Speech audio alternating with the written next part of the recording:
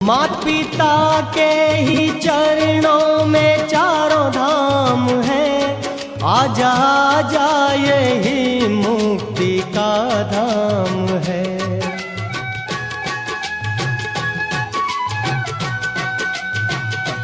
मात पिता के ही चरणों में चारों धाम है, आजा आजा यही मुक्ति का धाम है।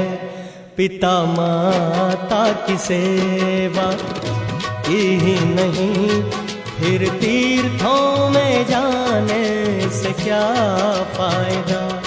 कभी प्यासे को पानी पिलाया नहीं, बाद अमृत पिलाने से क्या फायदा।